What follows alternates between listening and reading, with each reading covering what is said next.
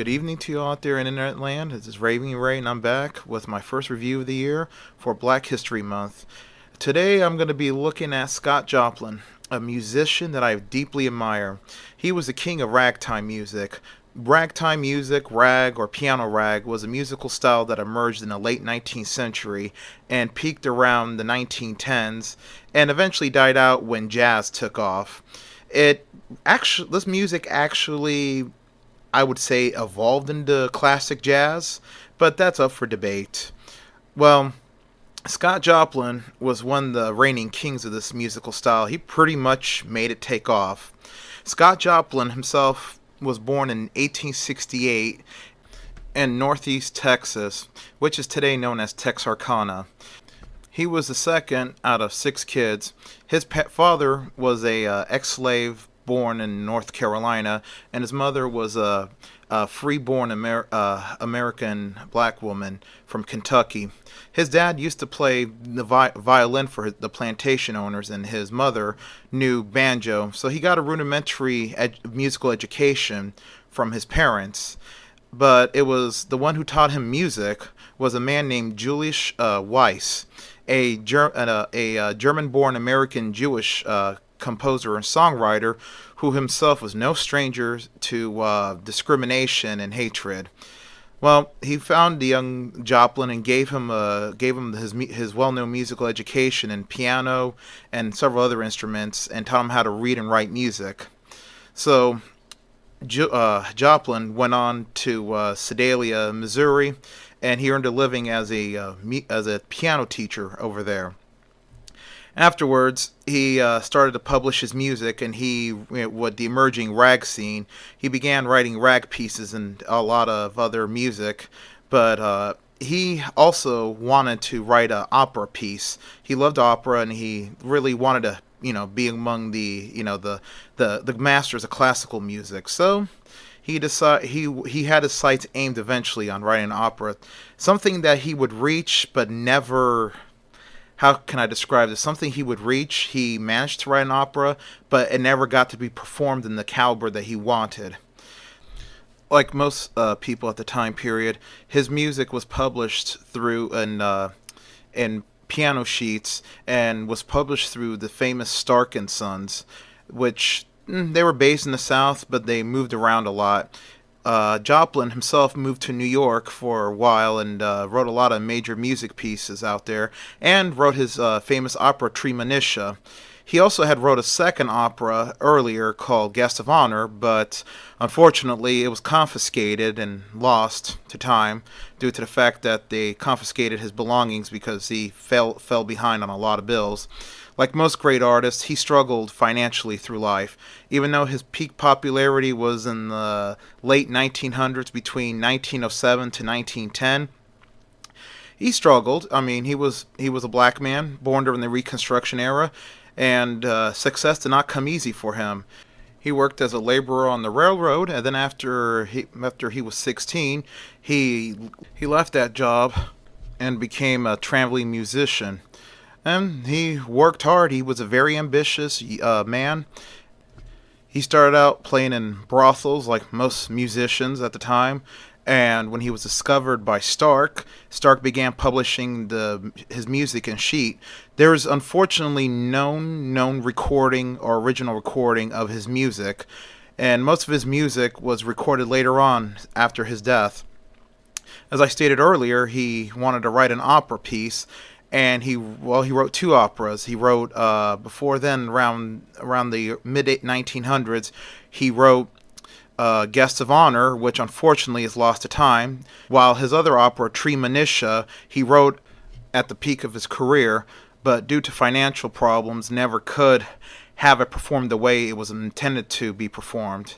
He wrote other famous pieces of music that have been performed thousands of millions of times in TVs, movies, and commercial, like The Entertainer, Maple Leaf Rag, Sugarcane Rag, and Elite Syncopations. Well, it was one of the many that he wrote. He himself was married 3 times. His first marriage ended in divorce because his wife really didn't like was not or didn't like, well, I should say, was not interested in music. His second wife he married, it lasted only a couple months before she died, and he didn't meet his third and final wife until like around the 1910s when he moved when he was living up in New York, and she was with him until he died. He had one child, a baby daughter, that unfortunately died in infancy. As for Joplin himself, he died in 1917 from tertiary syphilis. Tertiary syphilis is a nasty form of syphilis that eats away your flesh. You could Google image search if you're brave enough and have the stomach for it. It's a nasty disease, and it was unknown when he acquired it. But by 1916, he was falling into the dementia associated with syphilis and was put in a home where he died the following year in 1917. Well, I'm going to play you a few samples of his work. Uh, each one are small clips. Like I said, you probably have heard them before. You probably have not. If you have not, you could look him up. You could look up his work. So the first clip I'm going to play you is from his famous 1896 work, "The Maple Leaf Rag." Yeah, like I said, you probably heard this before.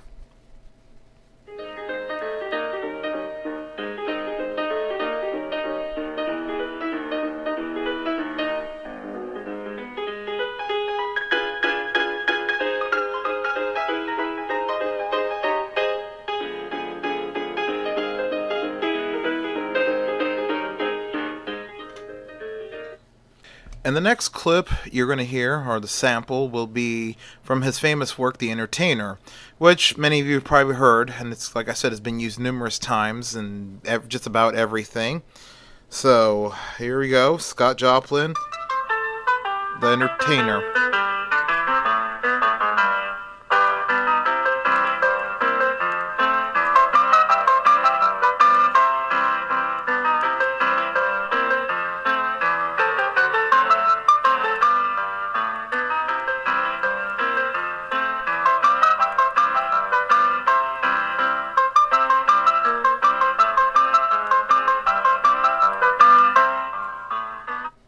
And finally, the last sample I will play is it's a personal favorite. It's called "The Sugarcane Rag," which came out in 1908.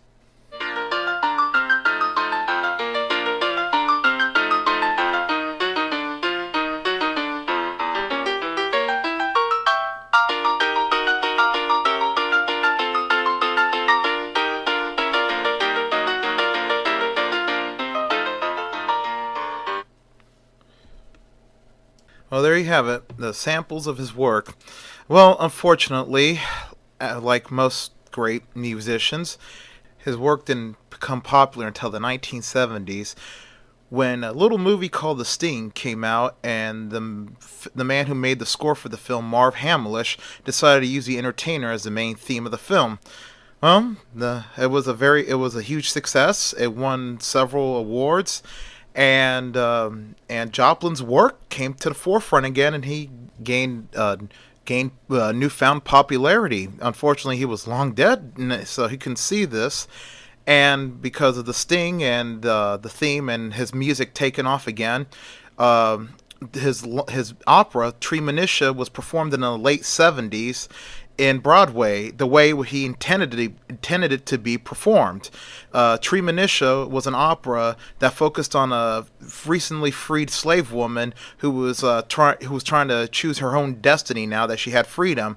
You know, embrace the superstitious beliefs of the slaves, or embrace education and enlightenment. And she chose to embrace education and enlightenment. I don't know if the opera has been performed again ever since. I'm sure it has, and I've not personally seen it. I've just read it, and I've heard and I've heard it 1,000 times, and it's a beautiful piece. But unfortunately, he was not alive to see it performed the way he intended it to be performed. And thus ends the my review and my little talk about Scott Joplin, a man that I deeply admired, and I wish I could have met him. I wish I was around to meet him.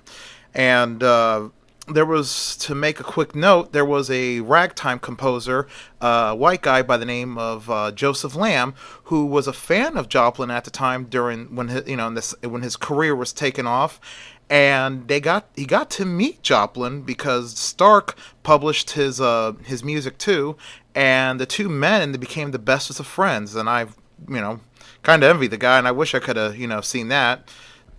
So, like and subscribe out there in internet land, and good night. And I'm going to leave you with another piece of Joplin's work. This one is called The Stop Time Rag.